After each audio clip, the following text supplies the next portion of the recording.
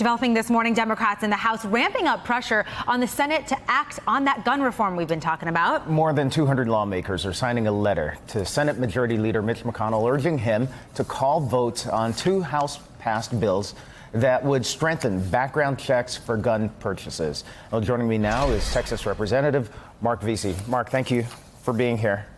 Good morning. So, Congressman, you joined your colleagues in making this call to the Senate. How do you think that these bills would help prevent gun violence like the ones that we've had in the last week?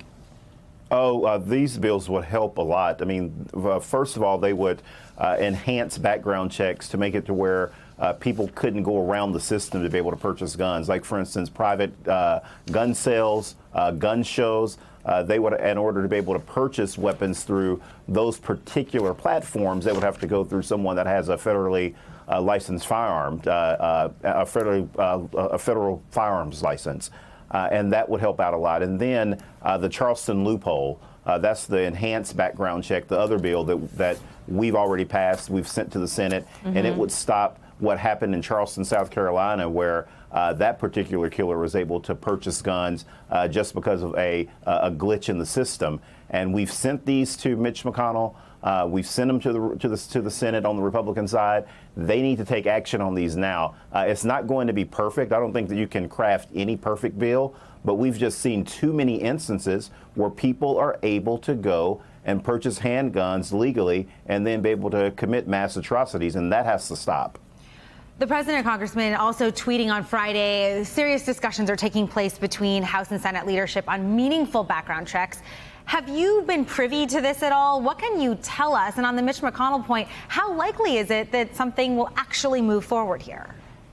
Well, you know, I think that if Mitch McConnell wants to show the American public right now at a time where they really need to see his leadership the most, that he's serious about this, that he would bring the Senate back now to pass the two pieces of legislation that we talked about earlier. He says we need to have a conversation about guns, but I would say that we need to have more than a conversation. We've been talking a long time now.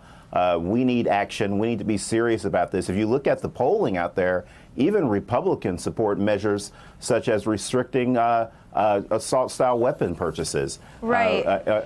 Even Republicans overwhelmingly support background checks along with Democrats and independents. And he needs to look at these numbers and he needs to get moving. But are House and Senate leadership actually talking to each other to actually do something here? I do believe that House and Senate leadership are talking. But again, it's one thing to talk. We need action. This is very, very serious. This could happen again at any time. I think with these mass shootings in particular, I think that they shake the psyche of the American public in ways that other killings don't, because people need to feel like that their personal safety is well enough to where they can go out and go shopping and buy some groceries. And if you can't do that, it's going to have effects on our economy and just the way we interact with each other that will negatively impact our country. Congressman, what do you make of the president's performance as he was there in your state this past Wednesday, visiting the hospital and the subsequent campaign-style video and the thumbs-up photos that have come out? I was sickened when I saw the thumbs-up photo.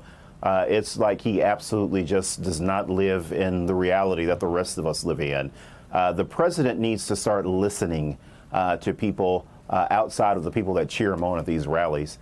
He needs to listen to people that have been affected by tragedies that have happened in our country, whether it's shootings, whether it's people that have lost everything in hurricanes. He really just needs to be more conscious about. You live there in the state where 22 people died a week ago, and the accused shooters from your area.